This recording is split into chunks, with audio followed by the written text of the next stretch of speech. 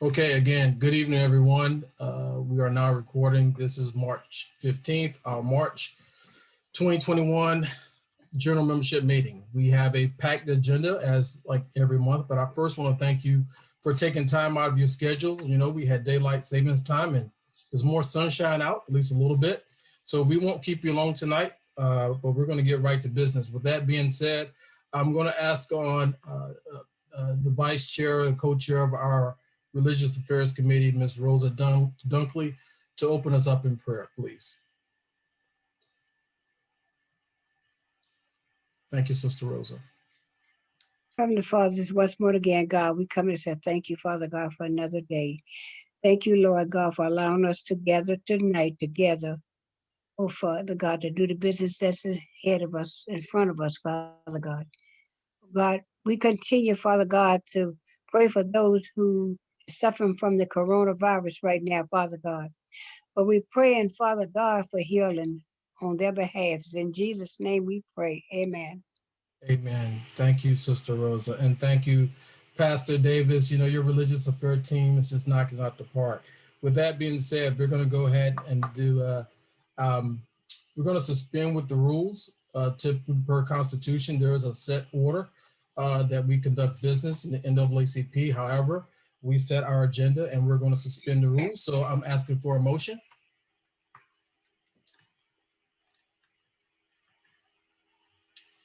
Don't everyone speak at once to suspend the rules. I move that we suspend the rules. Thank you, Mr. Jung. Is there a second? Second, Great. Who was that second? Austin. Thank you, Mr. Treasurer. Been properly moved and second that we suspend the rules for our agenda March 15th meeting. Are there any questions? Any questions? If so, put them in the chat. Any questions? There being none, all in favor say aye. Aye. Aye. All opposed have the same right. Aye. Ayes have it, motion carried. Thank you. So, Madam Secretary, would you mind roll call briefly of the primary officers, elected officers? Okay. When I call your Elected name, officers. sure. When I call your name, please just indicate by saying present. First Vice President Kent Carter. First Vice President Kent Carter. Second Vice President Sharice Kearns. Present. Third Vice President Michael Heminger. Third Vice President Michael Heminger.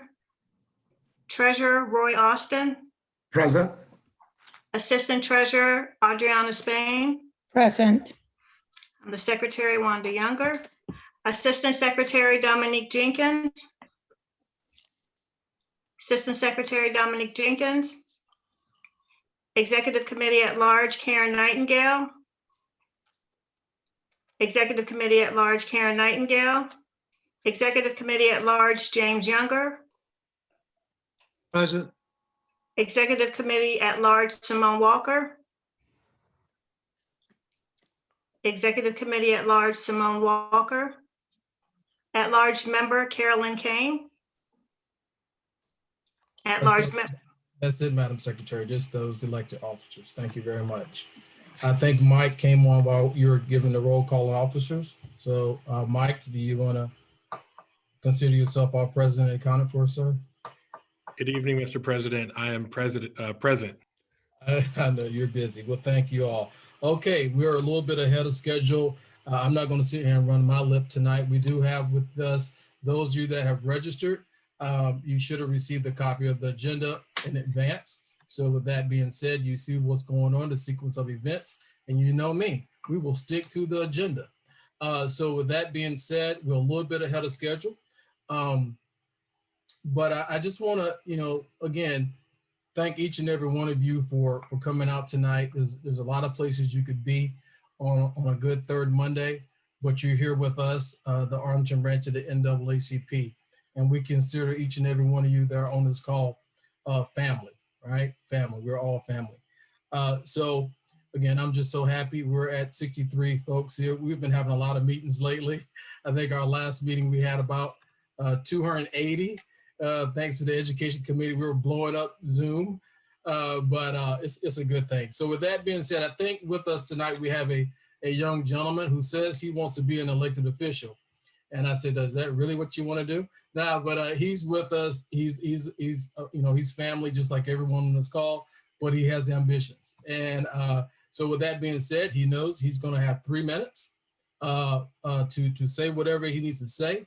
Also, he knows, just like every other elected official in this call, the NAACP is a nonpartisan 501c organization at the national level, and at the local level, we're a 501c4 social justice organization. That being said, we do not endorse candidates, all right, at all. But he has something to say because he's running for office. And without further ado, we're going to spotlight him and give him exactly 3 minutes. So the floor is yours, Mr. Matt Rogers. Hey, I'm going to jump right in as soon as I can. Thank you, everybody who signed up to be here tonight. I'm Matt Rogers. I've lived here since 2015. Before then, I was an organizer in Richmond. I worked in the legislative arena for a number of years now. Many of you know me maybe from being down there in Richmond or other related activities. I'm somebody who is lucky enough to have been married to Jasmine, who many of you had opportunity to meet, a lot smarter and a lot cooler than me. And I'm Mandela's dad. I'm also somebody who takes democracy seriously and isn't just a hobby for me. You'll see me online. You'll see me, if you were in college with me, you would see me on campus asking, are you registered to vote at your current address? But democracy only works when the voters have choices and when they're able to exercise their votes. This district, since I've lived here, we've not had a choice for who we send to the state legislature. And we elect Democrats here in Arlington, which is fantastic. I'm all about it. There are Democrats here that I've helped elect. But I don't believe that we should just be in the business of simply looking at party label like Mr. President referred to. A lot of the issues that we face as a Commonwealth and as a people around the country aren't just D or R. We are overwhelmingly Democrat here in Arlington. Not telling anybody anything new, but we haven't elected anybody that looks like me or a lot of folks on this call in quite some time. And, we need people who don't just see these things as academic exercises or something to talk about around election time. We need people who understand this stuff viscerally. Just a couple of weeks ago, I was canvassing while Black, had the police called on me. They realized, because I had been through this kind of thing before, knew how to remain calm and understand when I was under custodial arrest or not, asked if I was free to leave. But so many who look like us, like a lot of folks, and a lot of folks who are on this call don't look like that. But we know that these interactions don't always end well. Sometimes these people are strip searched. Some of them end up with a knee on their neck, and other ones who look are more lucky or less lucky. So thank you all for having me. If you want to hear more about the reasons why I'm in this race in terms of a legislative vision, go to friendsofmattrogers.com. Be happy to have you. Drop me a note, and thank you, Mr. President, for having me. You are welcome, Mr. Rogers. So thank you. I believe you're also a member of the Arlington branch NAACP, so we thank you for your service. Sticking with the agenda, we are right on schedule here. This time we have carved out for the vice presidents to have some words. We do have all three vice presidents, two of the vice presidents on the call right now. The second vice president, Cherie Kearns, the third vice president, Michael Heminger. I don't have much to say. I was told a long time ago, let your actions speak louder than words. So I'm going to reserve a lot of this time tonight for the vice presidents to say a few words, if they may. And I'm going to start off. Kent, are you here? Because if not, I'm going to go right to the second VP. All right, Madam Vice President. Oh, well, it's good to be with. Thank you, sir, for joining us. Madam Secretary, please note the roll. Okay, Kent, the floor is yours, sir. I appreciate it, Mr. President. Well, good evening, everyone. I'm so glad that everyone could make it to tonight's meeting that's open to the public.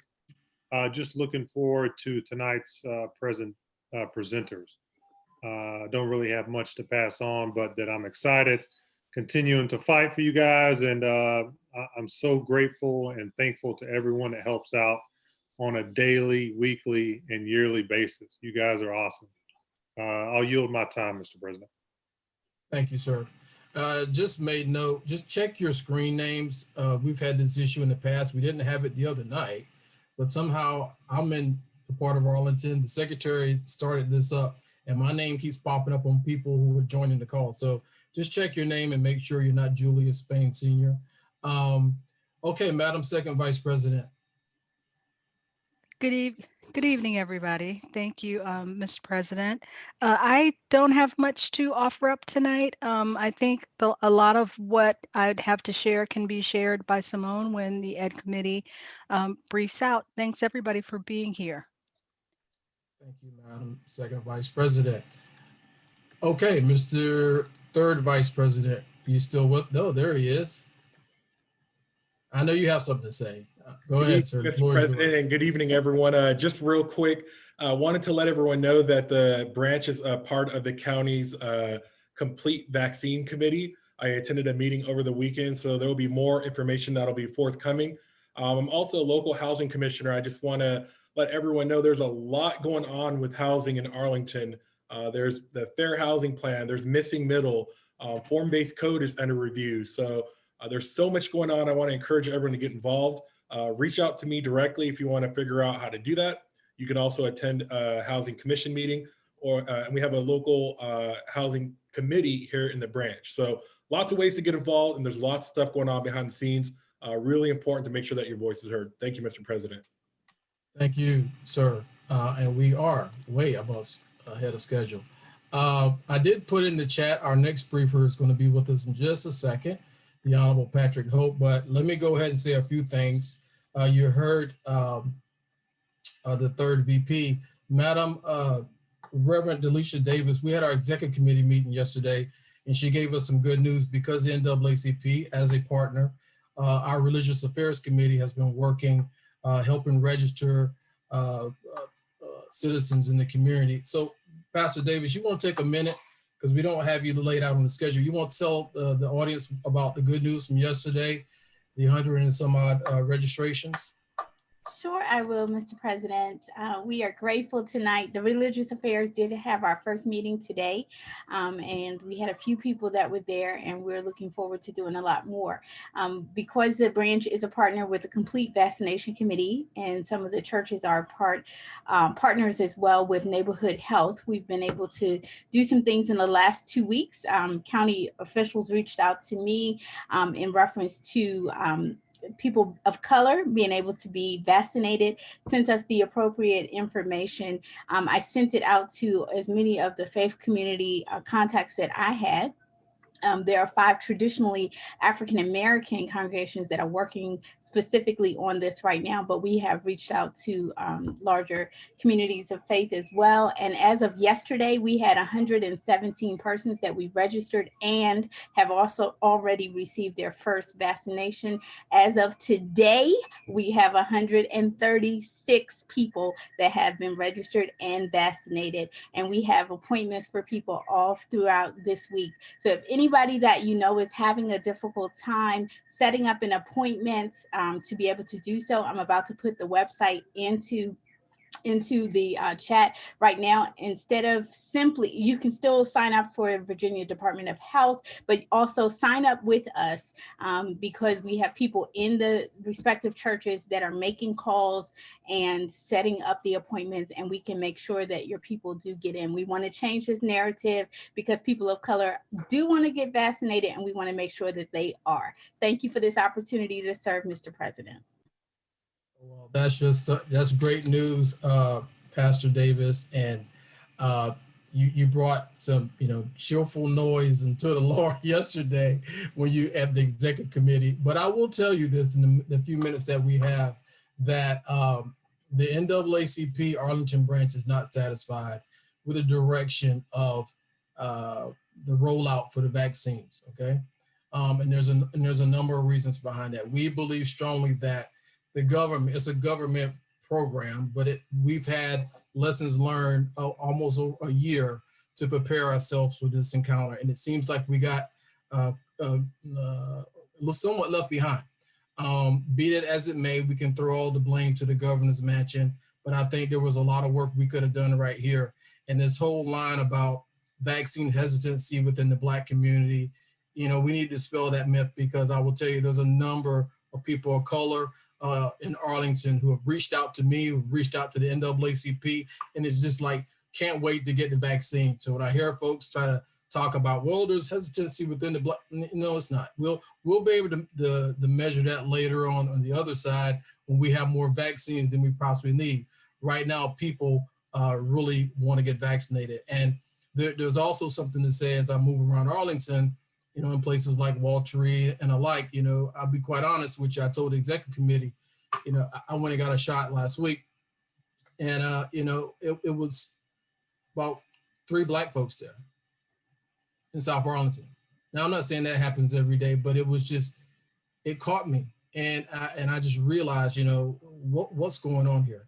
And I'm not here to point the finger, but we know at the NAACP and across this nation, and we've heard it, it's in mass media, our communities of color are being left behind in this vaccine rollout. Make no mistake about it. It's happening, and it's happening willfully. We know enough about health disparities in our communities that we should have been in front of this, and we failed. So enough with excuses, we got to do more. And we're going to work with our elected leaders to hopefully do more. And that was great news, Pastor Davis, but in this case, this is life or death, and there's no excuses. All right. Okay, we're going to move on. We're a little bit ahead of schedule, so we put in the chat the PowerPoint. I'm going to see if I can get this right. Next up on our agenda is the Honorable Patrick A. Hope, Virginia House of Delegates. He represents the 47th District in Arlington. Patrick is a member of the NAACP, a good friend of the NAACP. We worked with him last year on a piece of legislation. I know the Education Committee did on literacy, and he championed that for us, but he's been involved with us a lot over the past year. We thank him for his service. So I'm not the most techie in the world, but I'm going to see if I can do the screen share. We did put his PDF in the chat, but give me a second. Pat, are you there? You about ready for us? Yes, sir, Mr. President, I'm here.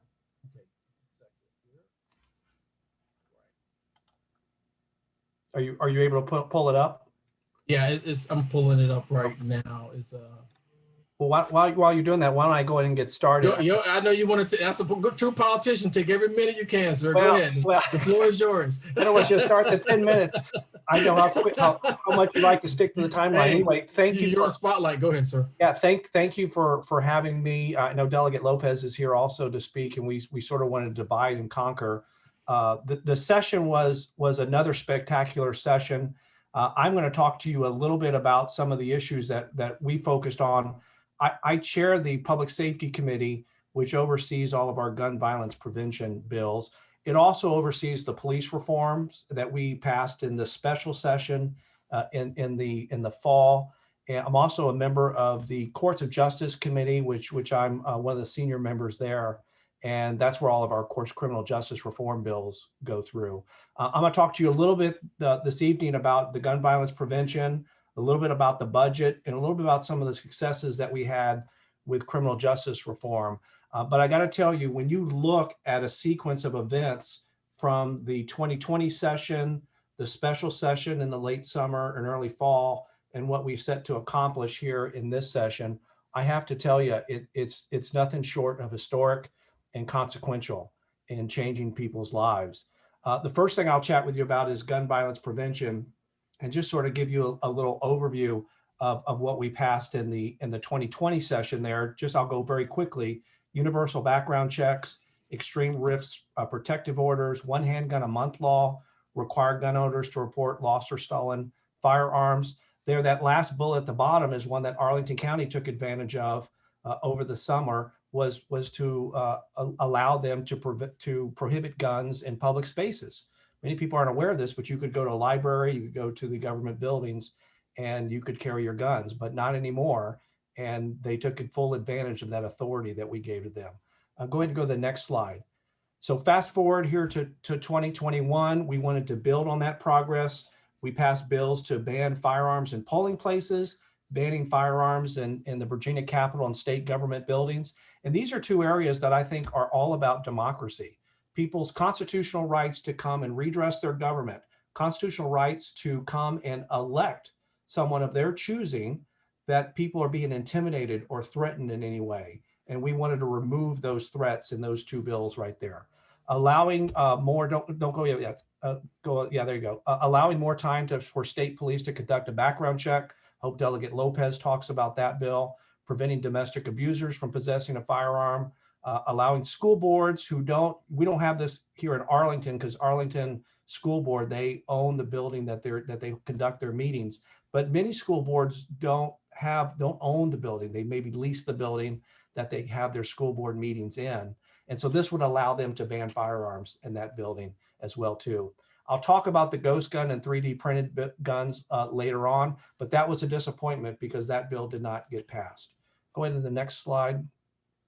Okay, so let's go into some of the criminal justice reforms. Again, building off of their successes for 2020, ending criminal charges for simple possession of marijuana and really decriminalizing it more than anything else. We're going from essentially from what's for simple possession from a $500 fine with possible jail time.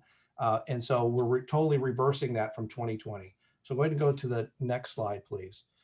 So again, still looking at what we did in 2020, repealing the statute for suspending driver's licenses for non-payment of court debt. We had some pretrial reforms, changed the disorderly conduct to try to put an end to the school to prison pipeline, raising the felony threshold from $500 to $1,000.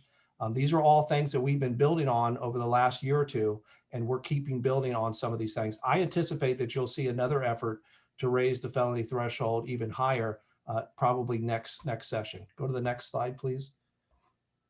And again, some of the things that we also did in 2020, the earned, and this was during special session, by the way, earned sentence credit for good behavior, compassionate release for parole, especially for those prisoners that are terminally ill or have a disability. Many of these people are bedridden, and to allow them to be eligible for parole. It doesn't mean that they get parole, it just means that they're eligible. A big one is equity in sentencing, given the option to defendants to have a jury or a judge to sentence them upon conviction. And one of the bills that I'm very, very proud of that I authored was ending racial profiling when it comes to traffic offenses. We took a look at the less serious traffic offenses that were primary offenses, and we changed them to secondary offenses. All these laws went into effect this month, March the 1st, as a matter of fact. And I think that pretextual stops bill is very consequential bill in criminal justice reform. Next slide. Police reform, again, during special session, banning no-knock warrants, banning chokeholds, prohibiting hiring officers that are fired or resigned to use of force. Training was a big one. That's a bill that I authored related to de-escalation and implicit bias for people with disabilities. We want to make sure that these, not only when you go get training in the academy, but for those people that have to have these ongoing, continuing credits, which every officer has to do. I believe it's 60 hours, or maybe it's 40 hours every 2 years, to make sure that they continuously get training in the future. Funding mobile mental health crisis teams. This is the Marcus alert to try to embed mental health teams into law enforcement whenever there's a report for someone who's homeless or maybe has a serious mental illness. Instead of sending law enforcement in there with a bunch of police cars, you're sending a team that is the first responder to be those that are specifically trained to de-escalate the situation. And then civilian review boards is one that we passed in 2020. Little disappointment there because I know Arlington is doing their own civilian review board. It applies to police officers, the local police, but it doesn't apply to the sheriff's department. And we need to remove that because I think we need to expand it to include all law enforcement, including sheriffs. Demilitarization of police and some of that curriculum standardized training to make sure that it is standardized training when everyone goes into the academy, that everyone is getting the same minimum level, that standard of training. Next slide, please. Well, let's go ahead and fast forward to 2021. Again, I just wanted to paint a picture for you that we're trying to build off these successes. We abolished the death penalty, the first state in the South to do so. Virginia historically has executed more people than any other state in the country, disproportionately more African Americans by more than 3-to-1 margin over whites. And so we abolished the death penalty, sent that bill to the governor. Also, some other areas allowing evidence for people with mental illness in non-insanity cases. Under current law, the court only allows evidence for insanity to improve your intent, not to prove a mental disability. This law seeks to change it. So it's basically decriminalizing having an intellectual disability or developmental disability, autism, or serious mental illness. The other thing that we did, ending presumption against bail. Currently, if you are arrested, you, the individual that was arrested, have to prove why you should not be detained while awaiting trial. This goes, of course, contrary to what we all believe is that you're innocent until proven guilty. And so this is ending the presumption against bail. So someone has to prove otherwise.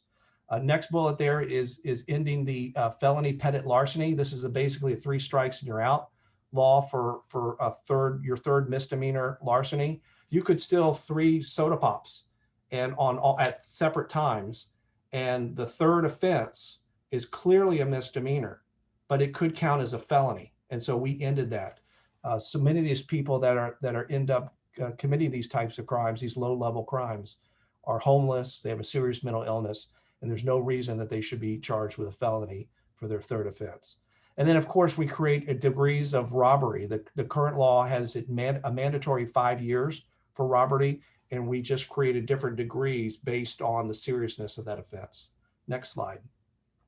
Another bill has to do with expungement, and this is confusing because I think a lot of people don't try to understand the difference between expungement and sealing of records. In Virginia, in most states, there's a difference, but in Virginia, there has been no difference in how we treat expungement and sealing. So for Virginia law and the Virginia code, it's basically thought of the same way.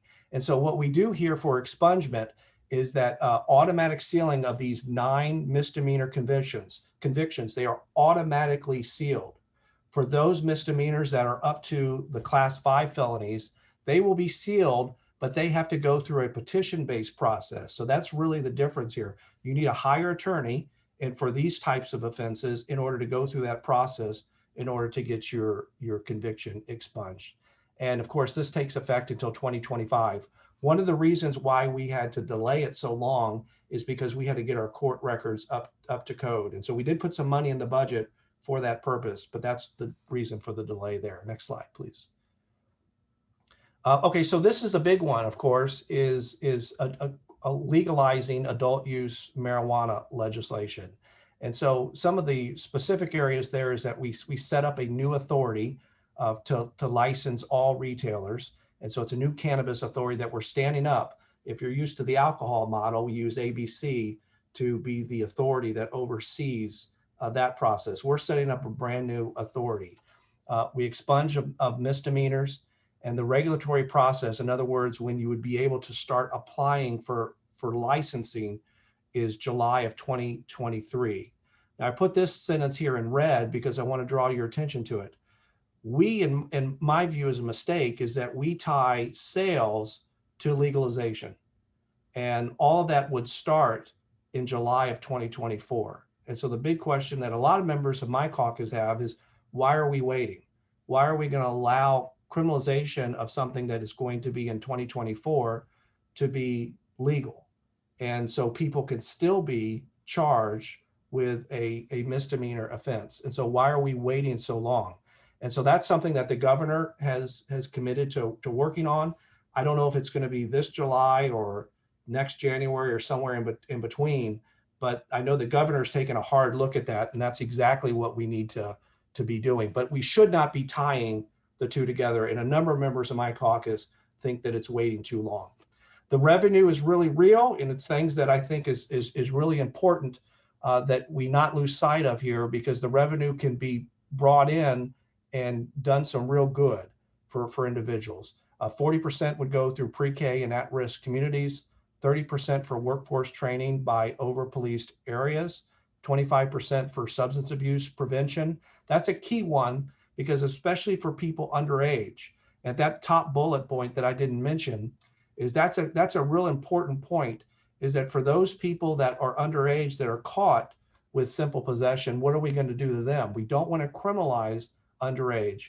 And so emphasizing more education and prevention type treatment is the path that we're going to go. Now, most, if not all of this needs to be reenacted.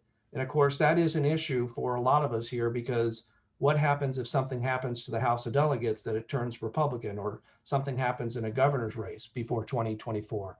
So that's all an important issue as well too. I regret that we have to reenact a lot of these things, but we are moving in a path towards legalization by 2024. And I think governor's going to take a look at a lot of these ways to improve the bill. Next slide, please. Okay, so shifting gears over to the budget. Obviously, as you know, the pandemic has been harmful for a lot of people, but our budget prioritized those that have been hit the hardest by COVID-19. The Virginia economy has been quite good. I know not everyone has experienced how good the economy is, but the majority have, and as a result, our budget has been a beneficiary of it. In fact, the governor recognized, actually, in I believe in last week's news, they recognized about $1 billion, that money that they can go towards COVID relief, or going towards our budget. And so we did that. $6.8 billion is money that we're going to receive from the law that the federal government just passed for COVID relief. About half, a little bit more than half of it will go to the states, and the remaining portion of it will go to localities that have struggled from COVID-19. So Virginia is in a good position financially to continue to target funding towards people that need it the most. Next slide, please. And so here's some areas that we've taken our first stab at. As my earlier slide indicated, we're going to have to come back into special session to figure out what to do with that $6.8 billion that have come from the feds. And I think this gives you a sense of some of the things that we will be targeting. There are pay raises in there for teachers and state employees, pay raises in there for state police, a significant amount of money put in there for K through 12. Particularly, I think is really helpful is school counselors. I know it's been important to NAACP and me as well, is to try to divert some of the money that we have for SROs. This is a great opportunity to do that, is for school districts to take a look at that and go ahead and push that money to school counselors. Puts more money in there for healthcare, for DD waiver slots and things like that, and directs a massive amount of money that are both state and federal funds to standing up COVID vaccination sites. Next slide, please. Massive amounts of money for housing as well too. $100 million for broadband in particular, but $125 million for the Virginia Affordable Housing Trust Fund. I think Delegate Lopez is going to speak about that. More money for transportation.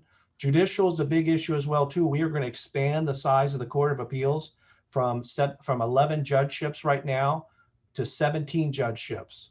And those will all be appointees by the majority party. And we have no representation currently from Northern Virginia. And you can expect that that's going to change after we get done with appointing judges, which should take place, I think, in the matter of a couple of months. We're going to start interviewing judges and picking some really good folks there to put on their bench to make sure that those defendants get a automatic right of appeal, if necessary, going to the Court of Appeals. Next slide, please. Let me just conclude, because I do think my time is getting close up. This was another consequential session. Again, I look at this as a journey that we've been on since the 2020 session, the special session, and today. There were a few disappointments that I have to mention, and that's the legalization of marijuana. We need to detach the set legalization date with sales, and I hope that we can do that. Mandatory minimums was a huge disappointment. That is something that the House passed a version that was about 70 or 80% of all mandatory minimums would be repealed. The Senate wanted all of them to be repealed, and that bill failed in conference, and that was a major, major disappointment. I already mentioned civilian review boards, that needs to be expanded to include sheriffs. Qualified immunity, another issue that has also failed to pass. And I've already mentioned ghost guns. I know I'm at my time, so I'll stop there, Mr. President. Thank you very much. Thank you, Delegate Patrick Hope, for a very thorough update on the recent legislative session. I will tell you that our Political Action Committee will be in contact with both you and your team to discuss a little bit more. We do a lot of our work outside of our meetings. And so we thank you for your service and thank you for giving us again, very thorough update.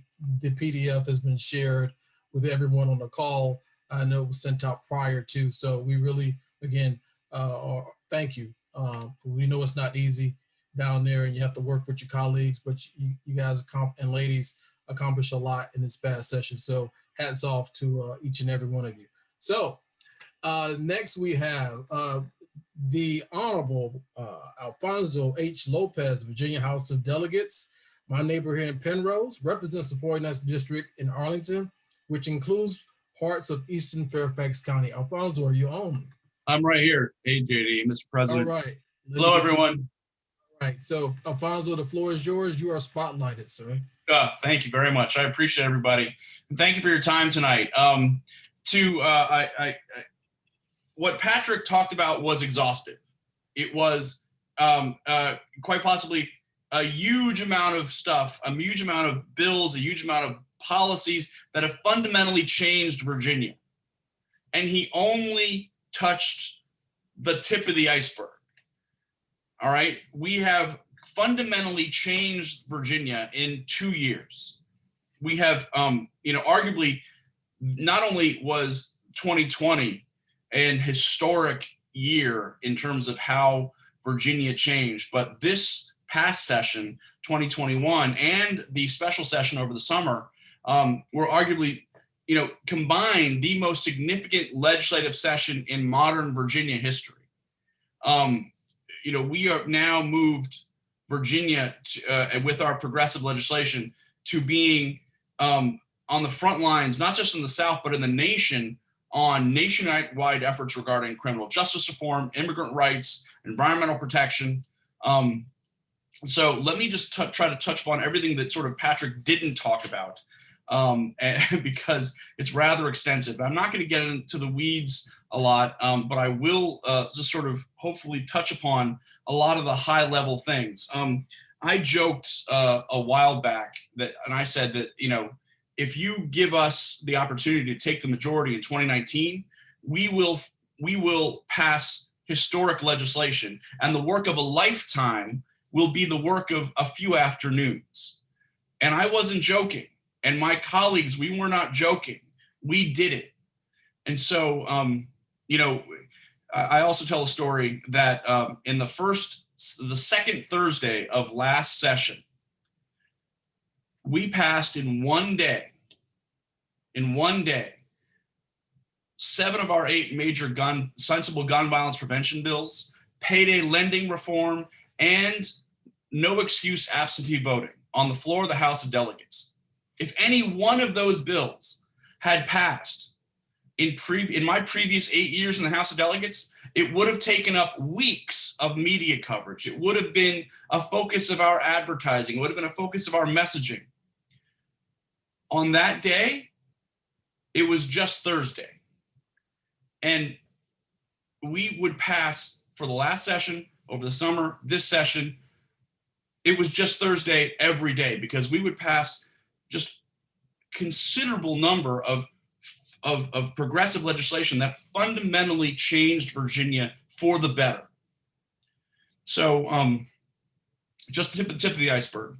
Emergency assistance for small businesses, a state-based Medicaid exchange for the first time ever, raising the minimum wage in Virginia to $15 per hour by 2026. And everyone should know, to $9.50 by May of 2021. All right, now it's not fast enough in my opinion. I think I wanted it to be faster, but we are moving finally towards catching up to other states. appropriations dollars. I was proud of working with the former Bonder and Amanda Johnson Center and helping them get $100,000 until the COVID-19 unallotment of all of our funds. But I'm committing to work in the future with Bridges to Independence as well. My legislation on driver's license suspensions for inability to pay. 660,000 people in Virginia did not have a driver's license because they weren't able to pay their court fees and fines. And what is that? That's a modern day debtor's prison. And what does that mean? That means that, you have to make a choice. Do you continue running afoul of the law by not driving to work, or do you go to work so you can pay off your court fees and fines? It's absurd. I was proud of the fact we were able to, get rid of that modern day debtor's prison. We passed a raft of immigration bills that, protected folks in our community in South Arlington who were afraid to talk to the police because they were concerned that if they talked to the police that and they were undocumented, they themselves or a loved one, if they were even the victim or witness of a crime, that they themselves or a loved one would get caught up in the ICE detention process. Now that's no longer the case. I passed the legislation to finally address de-icing Virginia. We passed in-state tuition for our Dreamer and DACA kids last year. And I'm very proud of that. And I'm very proud of the fact that, now thousands of children and students who, could have been forgotten or could have been told that they didn't have a pathway to their education now have one. We fundamentally secured our social safety net in terms of temporary assistance for needy families and SNAP funding, and actually took advantage of federal programs that Republicans had simply ignored for decades. We raised the felony threshold from $500 to $1,000. I had a bill to actually make it go to $2,000, but eventually my bill was incorporated into $1,000. It needs to be higher to be on par with other states. We passed the Virginia Clean Economy Act that took us from one of the worst states in America to one of the best states in America in terms of addressing climate change. We passed the Regional Greenhouse Gas Initiative that helps us get there for climate change mitigation. We actually finally addressed climate change in the state, DEQ's plans of action, and environmental justice. Finally addressed environmental justice. We have a plastic bag tax that's now in place, as well as a hazardous waste site inventory that I was proud to pass. We finally got rid of the ugly, antiquated, slightly sad attempt to protect Confederate monuments and war monuments around the state because localities should make those decisions for themselves. We finally overturned that in 2020. We got collective bargaining for our public employees so that now we can actually take those baby steps to addressing the, evening the playing field between workers and business. We addressed project labor agreements. We reversed the Comstock rules so that project labor agreements could be a part of our public, large public projects. They put in place worker protections and wage theft protections. We passed the Equal Rights Amendment, and we actually did something basic like, enabling asthma inhalers to be in schools. And I don't know, when you buy a house, maybe there should be a lead pipe warning if you have lead pipes in the home. On top of that, in 2021, during the special session, I had a piece of legislation that passed as a part of our criminal justice reform efforts on pattern and practice of constitutional violations by local and state police. And basically, it enables the Attorney General to finally, after years of not being able to do this, if there's a pattern of excessive force, a pattern of constitutional violations by a local police department or a state police department in Virginia, the Attorney General is now empowered to look into and investigate and prosecute those police departments. I was very proud of the fact that my legislation created that. And then something that I think a lot of folks know about, my legislation created the Virginia Affordable Housing Trust Fund in 2013. And we took it from $0 to $7 million in 2013 to, as Patrick mentioned, $125.7 million now, as of right now in the budget we just passed. And that's wonderful because it helps people address housing inequality and homelessness, and it helps us build new affordable housing units around the country, around the Commonwealth. Here's the thing. We also got $524 million from the federal government through the CARES Act as a backstop for all of the eviction protection programs we have in the state. And I'm very proud of the fact that we worked with the governor to create the rental and mortgage assistance program, which enabled us to put in place a program after the eviction moratoriums were moved through, so that evictions would be less likely to happen because of all of this federal and state money. And the fact is that the Virginia Affordable Housing Trust Fund was used as the backstop for all of these programs. So what does that mean? That means that in 2020, in the middle of the COVID-19 pandemic, fewer people were evicted in Virginia than in 2019. So during the pandemic, because of all of the programs we had in place, thousands of families who were on the cusp of being evicted in the past were not evicted during the middle of the pandemic, when it would have been tragic that it had done, but that it had happened. We are, JD, how much time do I have? Because I'm the majority whip of the House Democratic Caucus. And if you let me talk, I will not stop. So how much time do I have? But you know, we were over time. Is our Commonwealth attorney? We'll definitely have you back, Alfonso. All right, I'm sorry, but long story short, everyone, and I appreciate the 10 seconds more. It goes back to the first thing I said. We have, I think, truly fundamentally changed the face of Virginia, from protecting families and keeping Virginians healthy, addressing COVID-19, rebuilding our economy, creating a more inclusive Virginia, reforming the Commonwealth's criminal justice system, improving education, and making democracy stronger by expanding voting rights, and actually having the first Virginia has the first Voting Rights Act in the South. And so we have fundamentally done what you asked us to do. We said we would do certain things as a Democratic caucus, and we delivered. We said we'd pass these things, and we did. And so thank you for standing with us. And it's an honor to be here with you tonight. And I look forward to any questions you might have in the future. And thank you, Mr. President, and everyone for being such vibrant parts of our community. Thank you, Delegate Lopez, for all that you have done and what you will continue to do, not only representing the 49th District, but also the Commonwealth of Virginia. With that being said, and again, like we said to Delegate Hope, our Political Action Committee will be in contact with you and your team here in the near future. Thank you again for attending. Okay, without further ado, tonight we have no stranger to the NAACP. I think I looked at her record, and not a record, her bio on the screen, and it says something about back in the day she used to be part of the Criminal Justice Committee at the NAACP, but that's just what's out there on the internet. All of you know this young lady, Parisa Dehghani-Tafti, Commonwealth Attorney, represents Arlington County and the City of Falls Church. I just put in the chat box a copy of her presentation for tonight. Good evening, Parisa. Thank you for being with us. We know that you are very busy, so without any further ado, I'm gonna spotlight you and get your slides up, okay? Hello, everybody. It's been, I think, a year since I last spoke to you all as a group, back in the before times when we were in person. So thank you for having me. It's a pleasure to be here. Obviously, a lot has happened since the last time I was here. I will try to keep it short because I definitely prefer conversation to just listening to myself speak. So Julius, if you don't mind advancing to the next slide, please. So when I came into office, I had sort of three fundamental goals, and you can see what they are. We've had a great team that we've built.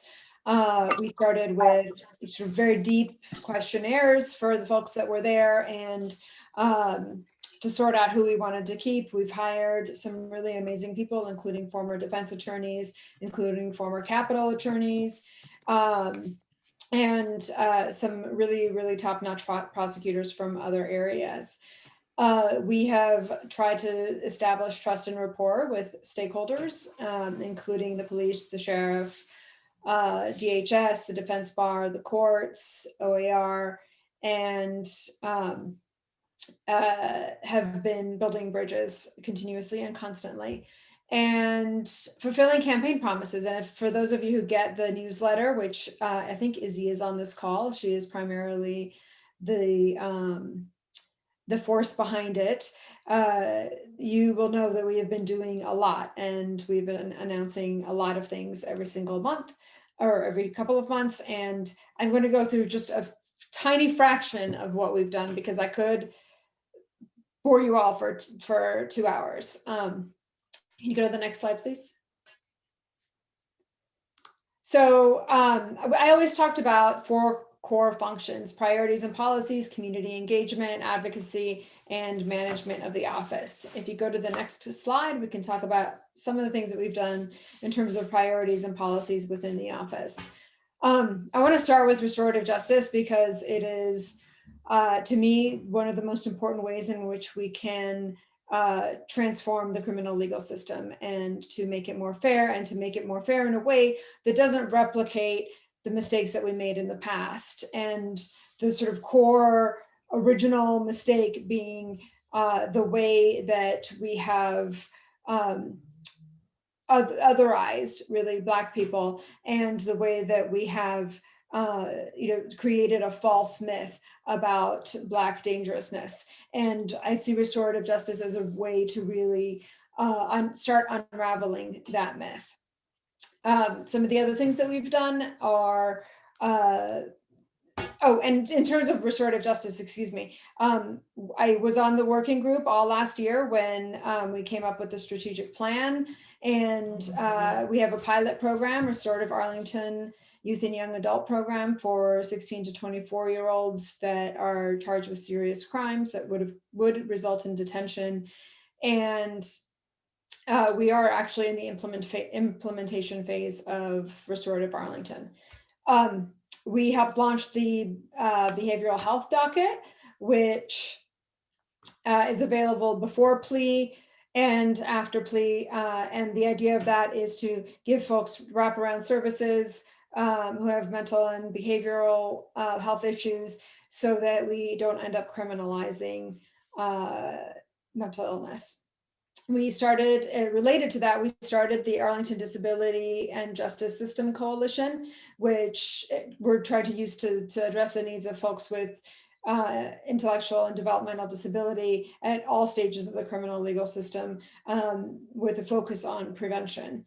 And we created a conviction review unit. It's been functioning actually for a solid year, but we announced it in our last newsletter.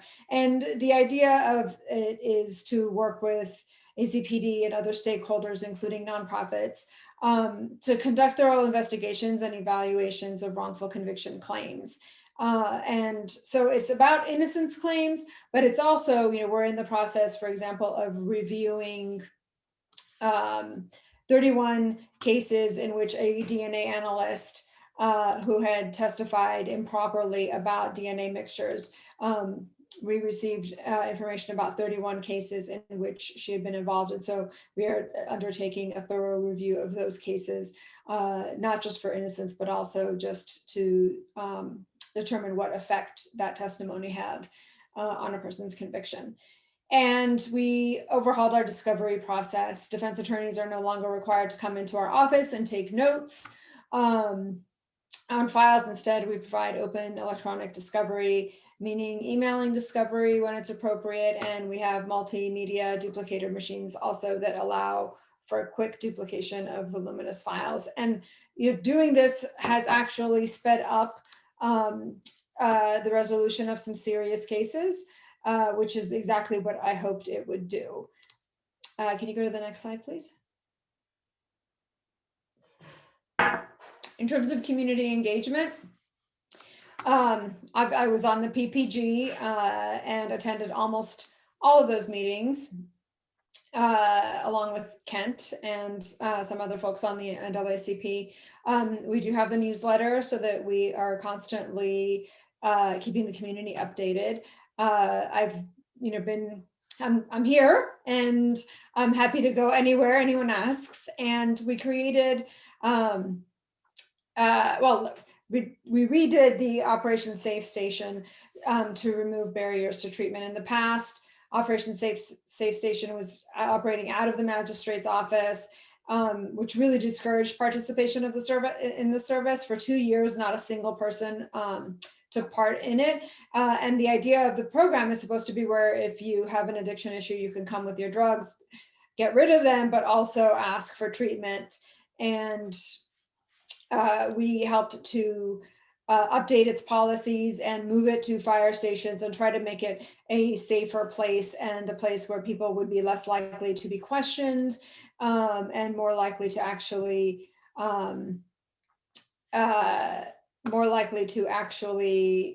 seek out treatment. Next slide, please. Oh, and then excuse me.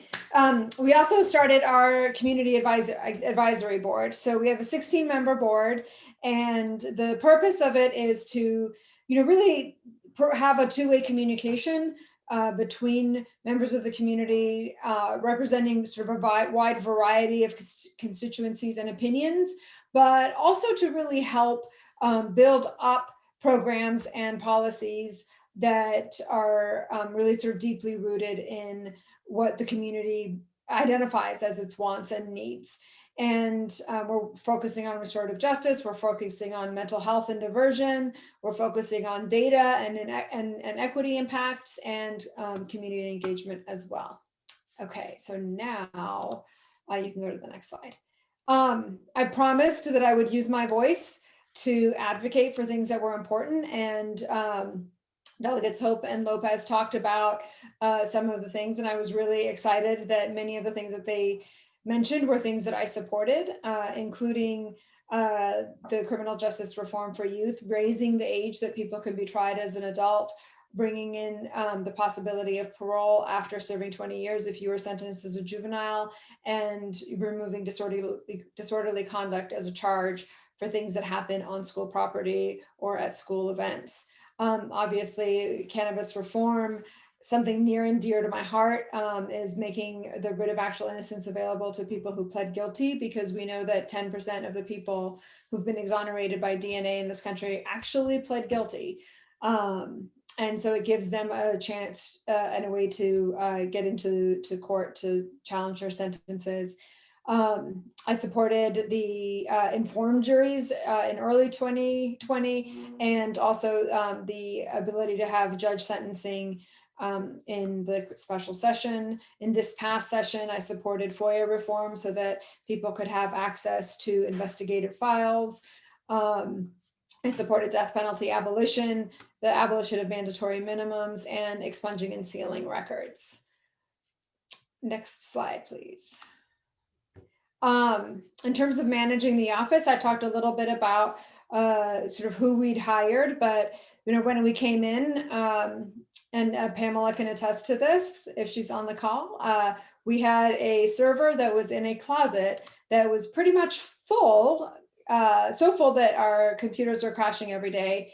And it turns out that it was totally hackable too. So we overhauled our system, moved our system into the cloud, made it secure so that it can't be hacked, and really dragged the office into the 21st century. We still have work to do, but it's allowed us to telework and to keep up a really high level, move some of our constituent services online, and to maintain a high level of responsiveness and service to the community. One of the most important things we did, and this was very important to me, is we implemented vertical prosecution. And you're wondering, what on earth does that mean? Essentially, it means that one case goes to one prosecutor and stays there, barring some sort of, like maternity leave or people moving on to different teams and things like that. And the reason why that's important is because it allows us to get discovery out more quickly. It allows us to communicate more effectively and early with victims and witnesses and police officers. And it means that, if you're a victim or a witness, you don't have to keep saying the story over and over again if there's a continuance in the case or if something happens. There's no institutional knowledge lost, and people really have ownership of the cases, which this was not how the office was set up before, except in the most serious cases. This is how we're set up now, so that we can be more responsive and more efficient. And we are changing performance measures. In the past, And this becomes clear every budget cycle. What was counted was number of court cases, number of convictions, number of appeals that were filed, and looking at that's pretty perverse in terms of incentives. And so I not only asked for legislation that would change the sort of statewide performance measures so that we're not only counting felony prosecutions and felony convictions, but so that we take account the other work that we do. And some of the other work that we do that doesn't ever get any kind of attention is, for example, we do a lot of investigation. Even though we don't have investigators, we work with the police on a lot of investigations, and those may or may not end up in actual charges. But nonetheless, they take up a lot of time. We also do diversion, and the drug court and the behavioral health court. Those things require a lot of time and a lot of energy. And it's time and energy that we want to put in. It's just that we want the county and the state to recognize that kind of work and to reward it. And internally, we have not only sort of changed the sort of zeitgeist where nobody celebrates when you get a sentence. We all sort of recognize the gravity of that, but we also have, incentivized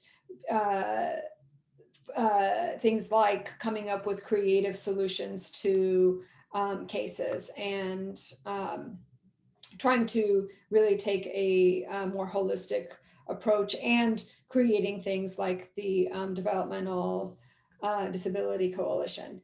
Next slide. And this is the last slide, I promise. Equity and anti-racism. This was very important to me, and it was the entire reason I ran. And what we have done in the time that we have been there is started getting training from various anti-racism courses, including OARs.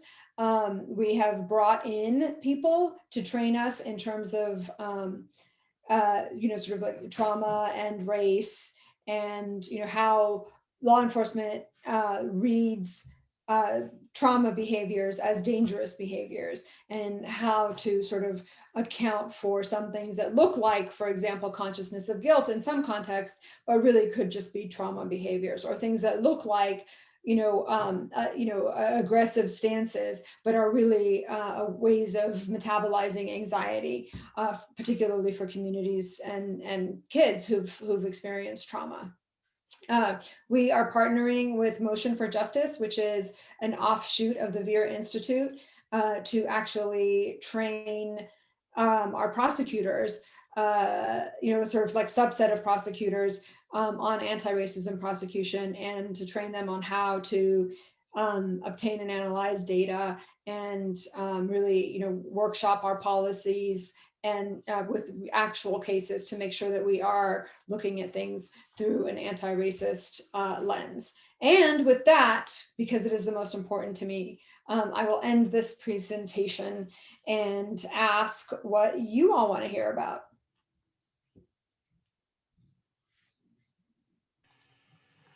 Well, thank you, Commonwealth Attorney. Let me get this screen here set. Of course, we have questions. And I'm going to start off with the first one. We have a few minutes here. There's been a number of issues here in Arlington, many of which you perhaps are not at liberty to discuss with us in this audience. But may I ask, I'm familiar with what your platform and what you ran on. We're conducting a study right now, a work group on SROs in the school system. And you had concerns prior to running for office about SROs as well. And I just want to get your thoughts today on SROs and their effectiveness based on data, what you've seen over time? I don't think my position has actually changed very much. What I would rather see in schools is counselors. If we're going to have SROs, because I know that the community is split on them, what I would like to see is all of those SROs trained in restorative justice and mediation. But, you know, I think that, you know, we can be safe without a huge amount of police presence in our schools. And but I do think if there's going to be, like, they need to be in plain clothes, they need to have certain kinds of training, and really should be like a special core of people that sort of don't do normal police work. Sure. Thanks for answering that. And we don't have, I want to ask the same question to my good friends, Pat and Delegate Hope and Delegate Lopez. How do you feel about SROs in the schools? I mean, actually, oh, sorry. Go ahead. I actually had legislation on addressing SROs in schools back in 2020 that I worked on with Elizabeth Guzman. And we actually incorporated our language into the bill that was finally passed, that was carried by Jay Jones and Skylar Van Valkenburg. The idea being that it definitely needs to be studied, but we went further in our initial bill. We were actually trying to address the issue itself, because just as Parisa Tafti was saying, there is a disagreement in the community, but I know where I stand on this, and I think it's something that we need to, you know, slowly phase out. You're saying phase out over time? No, I'm saying not do as much as we're doing right now. I mean, it depends on the county, depends on the community. So for Arlington County, okay, all right. I mean, we're not going, I appreciate that. Pat, your thoughts? Well, I mean, from an Arlington's perspective, I think this is a good time to hit the pause button and ask ourselves, what are the goals and objectives of having an SRO? And do we have that same need? Are there other priorities? For example, you heard in the budget that we put in more money towards school counselors. Is it better to have school fund using those resources for school counselors? I've got Arlington County Police who tell me they've got all these vacancies, and they have probably about 18 or 20 SROs in our schools. That's an opportunity to shift some responsibilities if there's not a belief that we need to focus on that. From a state level, I will tell you, it's about $5 million in our budget. And there has been an effort. There was at least 2 budget amendments put in this year in the House, Delegate Corey and Delegate Bourne, to try to shift that money to more at-risk youth. In my opinion, that's a much better use of that money than it is our SOs. But certainly for Arlington, it's a good opportunity to ask yourselves, what are we trying to accomplish with this program? And are there greater needs? Yeah. Right. Yeah. And another way to do it, I'm sorry, JD, is also counselors. We seem to think about putting more money to counselors as well. Right. Yeah. So I really appreciate y'all leaning in on this, because this is a conversation that the community is having right now. Many of you know there's a work group with 48 citizens on it, right? And they're going to report out later in the year. So I think it's very important that we only hear from our leaders, but we're also going to hear from this work group and those subcommittees, because, you know, we can go on and talk for hours about how police officers came into existence and why they were put perhaps in the school system here in Arlington. And, you know, a lot of people believe strongly that having police officers in the school system make the schools safe, but there's an argument on the backside of that, right? So I just want to get your thoughts, and we don't have much time, and I appreciate you saying a few things. Parisa, there was a comment here that someone asked about restorative practices in APS. You got any comments on that? I mean, it wasn't really a question. Cherie, do you want to go into some more detail about that? Yeah, no, I don't know that Parisa is involved. And I just wanted to know what the status of the implementation of restorative practices in APS was. And I don't know if Parisa, if that's a question for you or someone else. I mean, I mean, it really is probably better for someone else, but I'm on the implementation steering committee for all 3 areas. but my focus, I think rightly, has been on the legal system, because that's the area that I know the best, and it's an area that I actually have a say over. Thanks, Cherie. I will go to another question that I have. Just want to get your thoughts, Parisa. And thank you for uplifting and telling us a little bit about Restorative Arlington and the way ahead. I know I've spoke to Kamiko just a few days ago, and we're going to try to. I think there's some vacancies there on the steering committee. NAACP want to be a part of all good things here in Arlington. But as you're aware, we've had a couple of incidents in the past 6 months here in Arlington that the NAACP has spoken out pretty loudly about. We go back to October when a Black man, of course, was died in the custody of the Arlington County Sheriff. And then to my knowledge, here it is March, and I don't think the family still knows the cause of death. We also know that we had an individual that was racially profiled, and that's the opinion of the Arlington branch NAACP and many others in the county. We appreciate your slides and what you presented. Do we still have an issue between the community and trust in the police, in your opinion? Is there some trust issues still there? I mean, I clearly there are, but,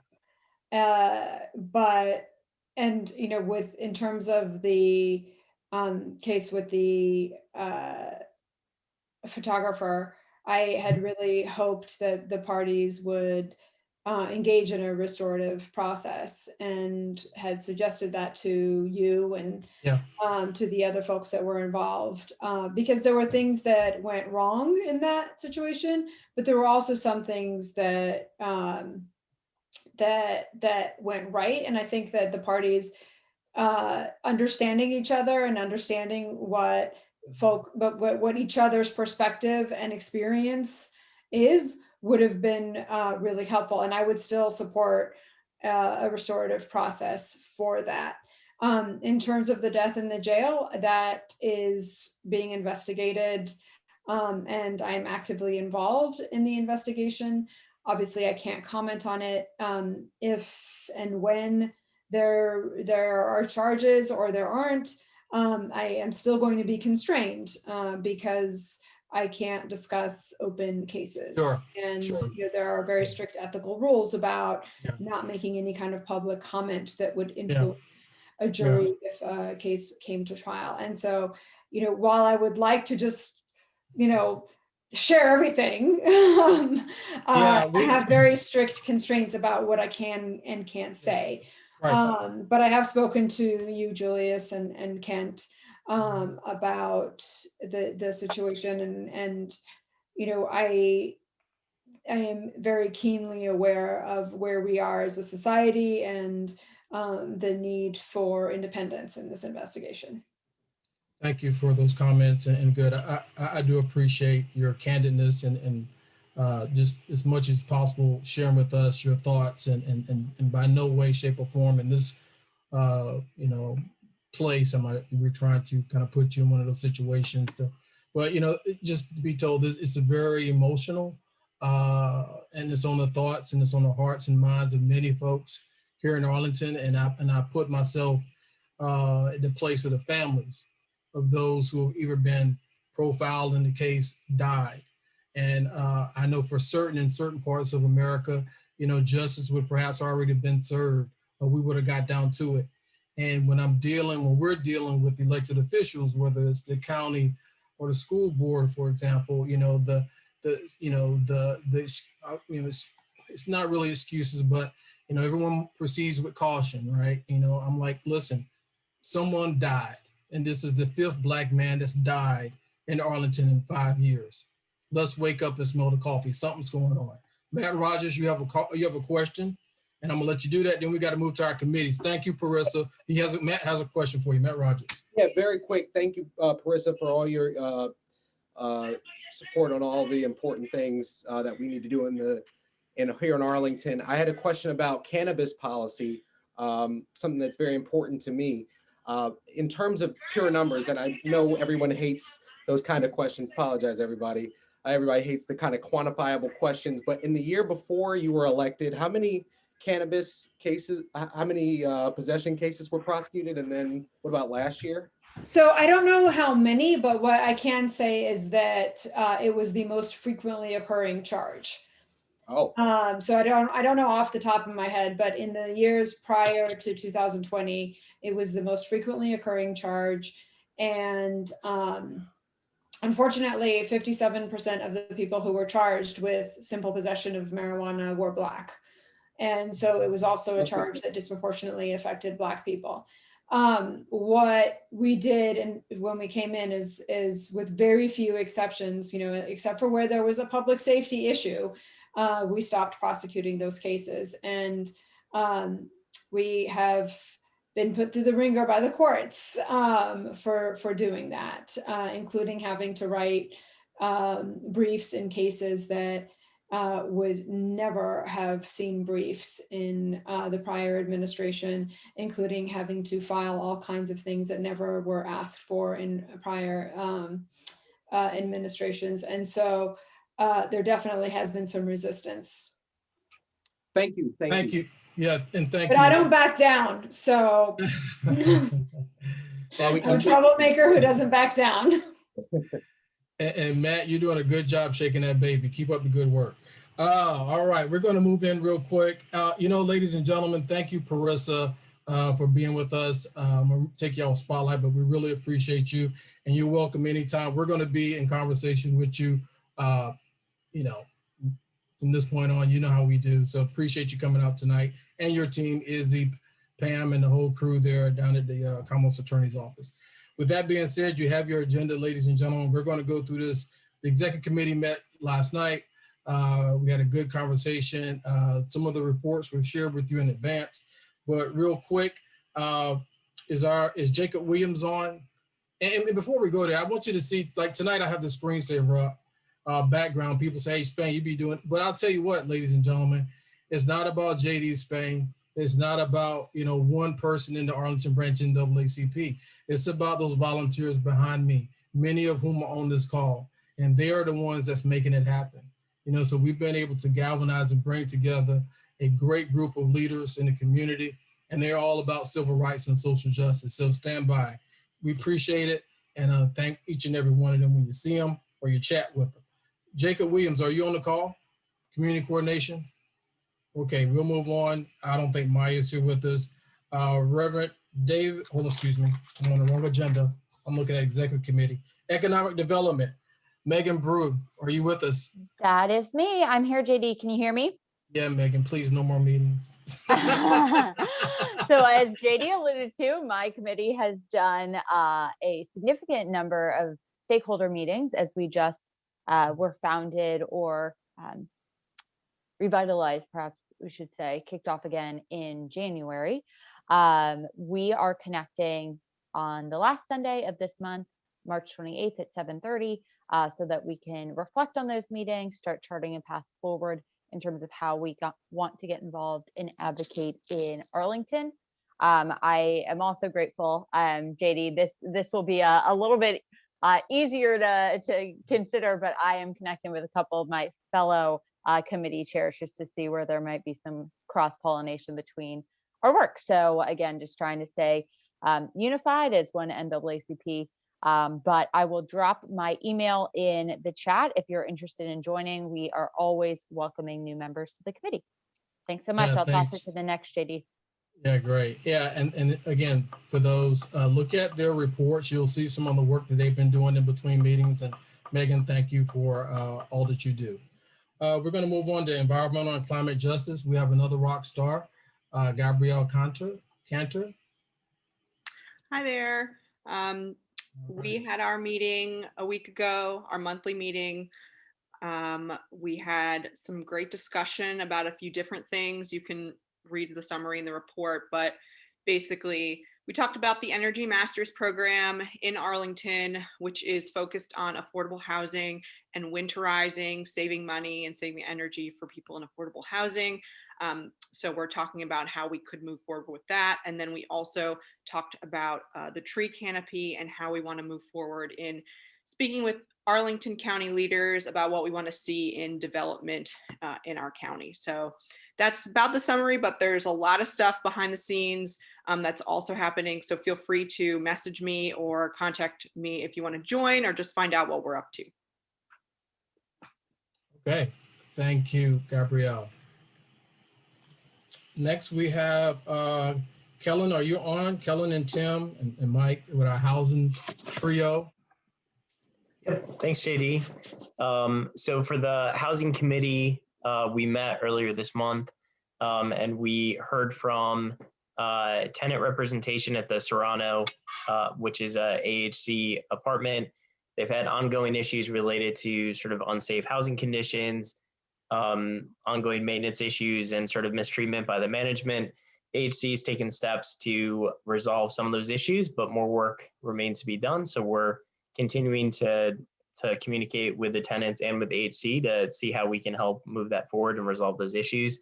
Also, quick update, the Fair Housing Plan that we submitted a letter to the county board and county leadership on, I think it was in January. The county has decided to push back the deadline to finish that plan by a year, which is good news. It gives us time to work with them to ensure that we can have a plan and strategy within Arlington that actually addresses segregation and the disparities between white and Black residents and other residents of color, because the current plan that the county drafted doesn't do any of those things. And so we're looking forward to continuing to work with the county and advocate for that. We're also working to identify our priorities for 2021. So we've narrowed down the high-level list to gentrification, affordable housing, and fair housing. And right now we have a survey out to the members of the committee to identify particular policy ideas that we want to advocate at both the state level as well as within Arlington County to make progress on these issues. So we invite everyone to attend our meetings. We meet the first Tuesday of each month. And we are looking forward to doing some really great work to advance equity within housing in Arlington County and actually in the state as well. So thank you. Thank you, Kellen. Really appreciate that. Since we have some time, I will say, Kellen mentioned the Serrano and our apartments, and there's some other apartments down in South Arlington that we are looking at. We know for certain that there's been, I'm not going to call it mismanagement at this point, but there's been some failures across the board as it relates to tenants and management of these affordable housing units. So, you know, we're looking at all of that here at the NAACP and our housing committee. And I will tell you that there's probably going to be, and there's no problem in it, there's going to be some reports here in the near future. So Kellen, Tim, Mike, thank you for all that you're doing. Mike, you have anything you want to add? I know you're sitting on the Housing Commission for the county. Anything you want to add? Nope, I think Kellen did a great job talking about everything we're working on. Thanks. Yeah, thanks. Okay, we're going to move on to our Political Action Committee. And I think the chair, Jamie Abrams, is going to brief tonight. Yes, I want to highlight 2 upcoming events and 1 volunteer opportunity for our general membership. First, we have an upcoming debate tomorrow night. We are co-sponsoring along with the Virginia People's Debate, a 3-part series, and the final part is tomorrow night featuring our gubernatorial candidates. And so that debate is at 7 o'clock, and Megan, the Political Action Co-Chair, is dropping in the chat right now the information to register for that debate. So I hope you'll consider attending. It's a number of progressive organizations focusing on racial justice, economic justice, environmental justice, and gender justice that are co-sponsoring that debate. Second opportunity to get involved, we're also participating in an upcoming voting rights panel put together by Rock Spring Congregational Church, and that is on March 28th at 12 o'clock, and it features a number of groups working on voting rights and voting access. And and it's open to the public, and we would warmly welcome you to come hear about federal and state developments in voting rights and voter access. And then the third and last item, an opportunity to get involved for the general membership. If you are interested, the Political Action Committee has collaborated with Reclaim Our Vote. So there's a national law, Help America Vote Act, that requires states to manage their state voter registrations, and that management process pushes voters off of the rolls, and that can particularly and disproportionately impact communities of color and young voters. And so we are working with Reclaim Our Vote in a statewide postcard campaign to alert voters that their names may have been removed from the voter rolls to try to preserve their voter registration and their voting rights. So we have 1,000 postcards, and we are warmly inviting any members. They're packed in 20 and 30. That is a very manageable amount. If you have young children, school-age children, that you want to promote civic participation, this is a great opportunity. There's a script and a sticker, and so it's very engaging and accessible. So drop me a note in the chat if you are interested in getting involved, and we'll give you the distribution information. We meet on the first Mondays of every month at 6:30, and we warmly welcome others to attend our meetings. Thank you. Thank you, Jamie. Great job. Great presentation there. Get involved with our Political Action Committee. 'Tis the season. There's a lot going on. And Jamie, along with Megan and a host of other volunteers, are really doing amazing things behind the scenes. Okay, we're going to move on to our Scholarship Committee. I know we got a report from them yesterday. Before they get started, I will set this up. You know, we received the $200,000 from Amazon HQ2. You know, we worked for a couple of years on that one, but that's going to directly to APS students. That's who we're going to identify. Kids in financial need, but we also receive money from local philanthropists and the Britain Foundation. So our scholarship committee has been kind of revamped. Y'all want to give a quick update there? Who's going to brief tonight? Is it Jill, Adora, Karen? Sure, I'm happy to do it. I've been working with Adora Williams and Karen Nightingale, and our committee has gone through and revised the application for the scholarships, and we're going to get that approved by the executive committee this week, and we're hoping to get it out to the public next week. So we're going to have that up on the new Arlington branch NAACP website. I'm also going to share our email in the chat. If anyone is interested in reading some of the essays and helping us with reviewing the applications, we would love to have you join us. And our regular meetings are the second Wednesday of the month at 7:30. So next month, that's going to be Wednesday, April 14th. Thank you, Jill, and to the entire committee for your hard work. Education Committee, our second Vice President and Executive Committee Member at Large, Simone Walker, are you on? Yes. Good afternoon, everyone. You know, I just want to add to what JD said earlier about the failure to vaccine our population that's been most impacted.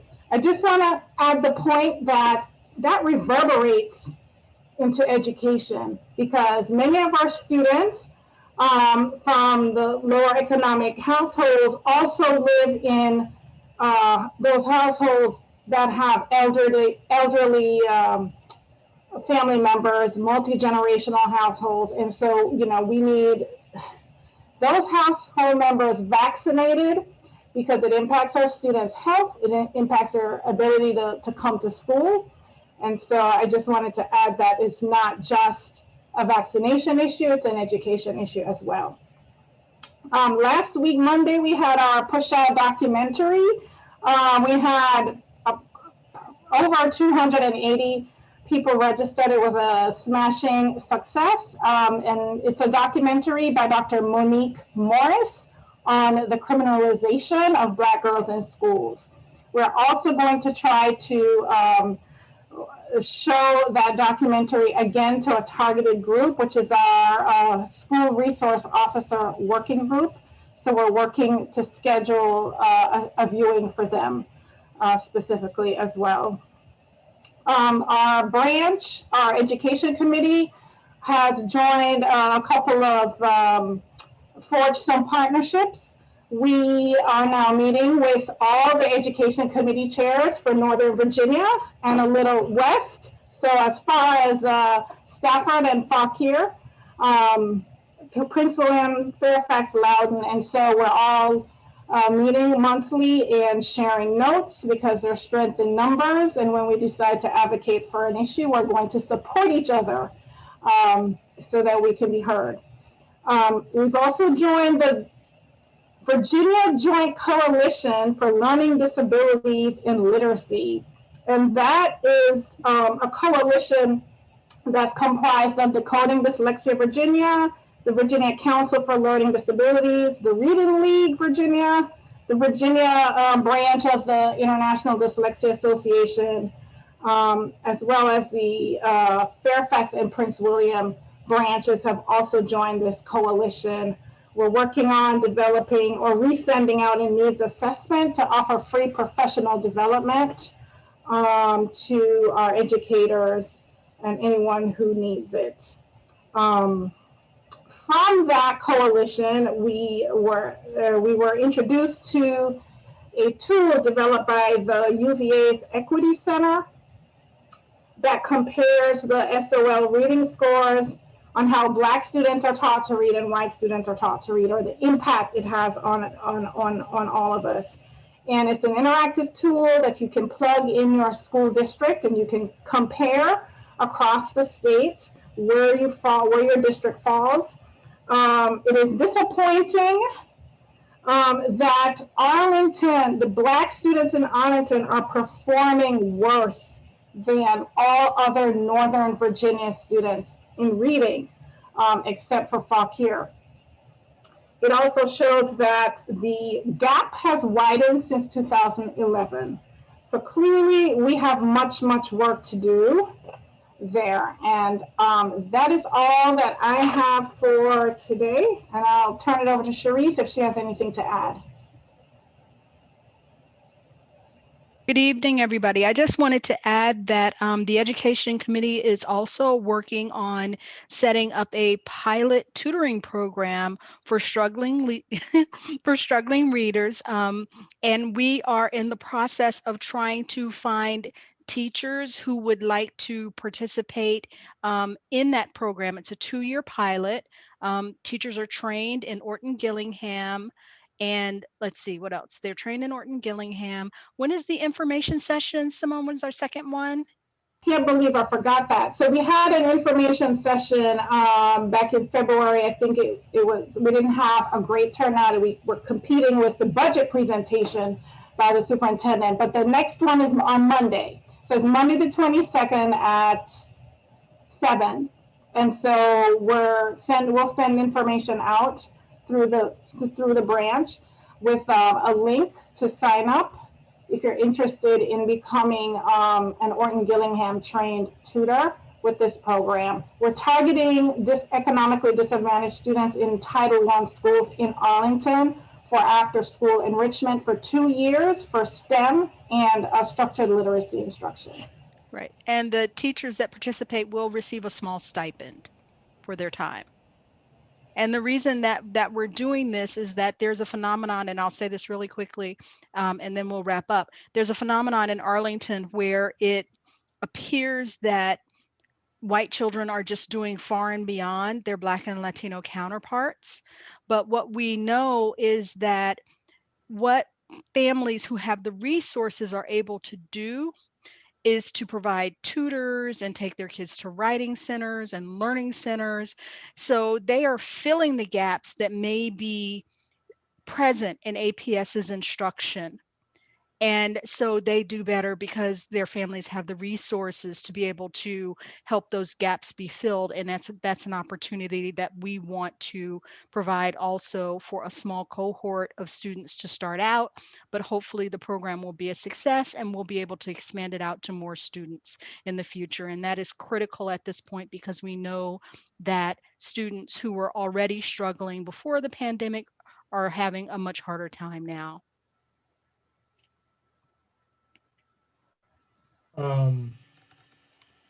Is that it for the Education Committee? Thanks.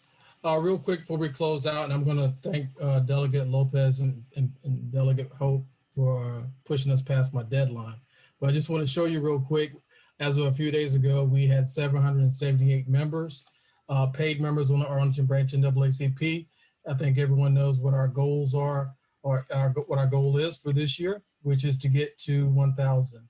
The last thing I'll share with you is I attended some national training a few days ago, and I just want to bring this up because it's important for you to know, if you don't know already, what the NAACP is all about. And when they gave this in training last week, we're not here for the title. So I just want you to take a second and look over this, because this is what the NAACP is all about. The NAACP is a protest organization, and the community depends on us to speak out against injustice. When racism and discrimination strikes, a model branch will honor our charge and speak out. The NAACP branch must not concern itself with popularity of the cause. Remember, our job is not to do what's popular and try to make it right, but rather the NAACP must do what is right and try to make it popular. And we're going to take the hit. We've taken the hit a lot. A lot of people just don't know, but we need to be the lightning rod for the community and the constituents. And representing the community means that you, me, not only speak out to give our voice to their concerns, but also stand up and stand in the gap to absorb the anger and pain we all face. I want to leave you with that tonight. It is 8:37 p.m. I'm going to stop recording. The meeting is now adjourned. As many of you know, I will stick around on the call.